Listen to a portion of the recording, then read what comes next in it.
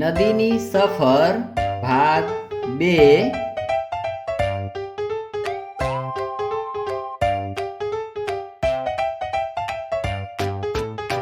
પાણીમાં ભળવું.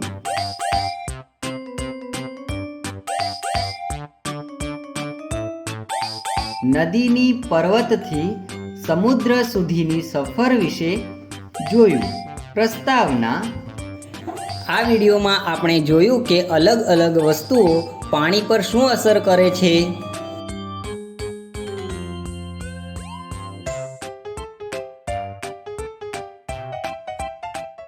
રિયા અને મોતી દાદાજીની સાથે તેમના ગામની નદી અને તેના સ્વચ્છ પાણીને જુએ છે. હા, અહીંયા તો કેટલી બધી માછલીઓ છે. દાદાજીના ઘરે પાછી આવીને રિયા વિચારે છે કે અહીંયા નદીનું પાણી એટલું બધું સ્વચ્છ છે કે નદીના પથ્થર પણ દેખાય છે, પણ તેમના શહેરની નદીમાં આવું કંઈ દેખાતું જ નથી. આ જરૂર પાણીમાં વસ્તુઓના ભળવાના કારણે જ થતું હશે. પણ દાદાજીએ કહ્યું હતું કે ના રિયા, બધું જ નથી ભળતું. અમુક વસ્તુઓ તો એવી ને એવી જ રહે છે. હવે રિયાએ જાણવા માટે ઉત્સુક બની કે કઈ કઈ વસ્તુ પાણીમાં ભળે છે અને કઈ કઈ વસ્તુ પાણીમાં ભળતી નથી. મોતી, આ જાણવા માટે આપણે અત્યારે એક પ્રયોગ કરવો પડશે. રિયા ઘરના રસોડામાંથી અમુક વસ્તુઓ લઈને આવે છે. મીઠું, તેલ, ચોખા, હળદર, સાબુનું પાણી અને છેલ્લે 5 ગ્લાસ લઈને આવે છે. હવે રિયા બધા ગ્લાસને પાણીથી અડધા સુધી ભરી દે છે. રિયા પોતાની નોંધપોથીમાં આ પ્રકારે કોષ્ટક તૈયાર કરે છે. આ નોંધપોથીમાં રિયા નોંધ કરશે કે કઈ કઈ વસ્તુ પાણીમાં ઓગળે છે અથવા ઓગળતી નથી, અને કઈ વસ્તુથી પાણીનો કલર બદલાય છે અને કઈ વસ્તુથી કલર બદલાતો નથી. રિયા એક ગ્લાસમાં મીઠું નાખીને ચમચીથી હલાવે છે. હા, મીઠું તો ઓગળી ગયું, પણ પાણીનો કલર બદલાયો નહીં. બીજા ગ્લાસમાં રિયાએ તેલ નાખ્યું અને તેને ચમચીથી હલાવ્યું. તેલ પાણીમાં ઓગળ્યું નહીં. તેના ટીપા હજુ પણ પાણી પર તરી રહ્યા છે. ત્રીજા ગ્લાસમાં રિયાએ એક ચમચી ચોખા નાખ્યા અને તેને ચમચીથી હલાવ્યા.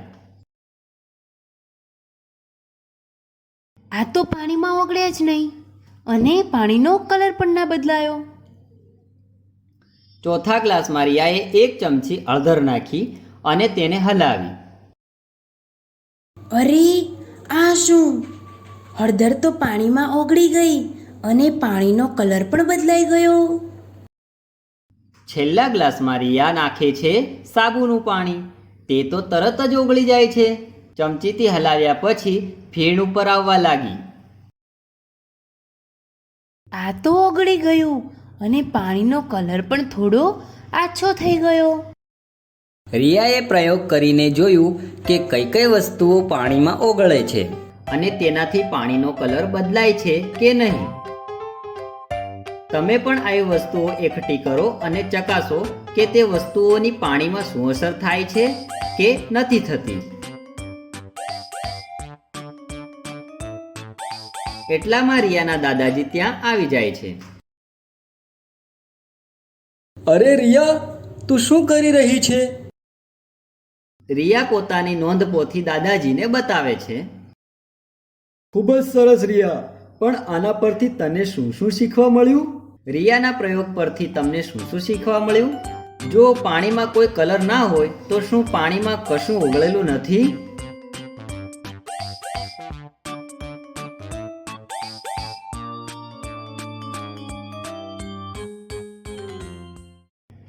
ચોખ્ખું દેખાતું પાણી પણ હંમેશા સ્વચ્છ નથી હોતું. એમાં પણ કેટલીક નુકસાનકારક વસ્તુઓ ભળેલી હોય છે. સમજી રિયા? હા દાદાજી, પાણીને ઉકાળીને પીવું એ જ આપણા માટે ઉત્તમ ઉપાય છે. મોતી, તું પણ સમજી ગયો ને? એટલામાં રસોડામાંથી અવાજ આવે છે. આ હળદરનો ડબ્બો ક્યાં છે? મીઠું પણ નથી મળતું.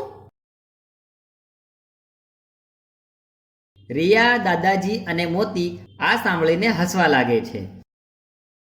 શું તમે ક્યારે એવું વિચાર્યું છે કે બધું જ પાણીમાં ઓગળી જાય તો શું થાય? અને પાણીમાં કંઈ જ ના ઓગળે તો પાણી કેવું લાગે? વિચારો વિચારો.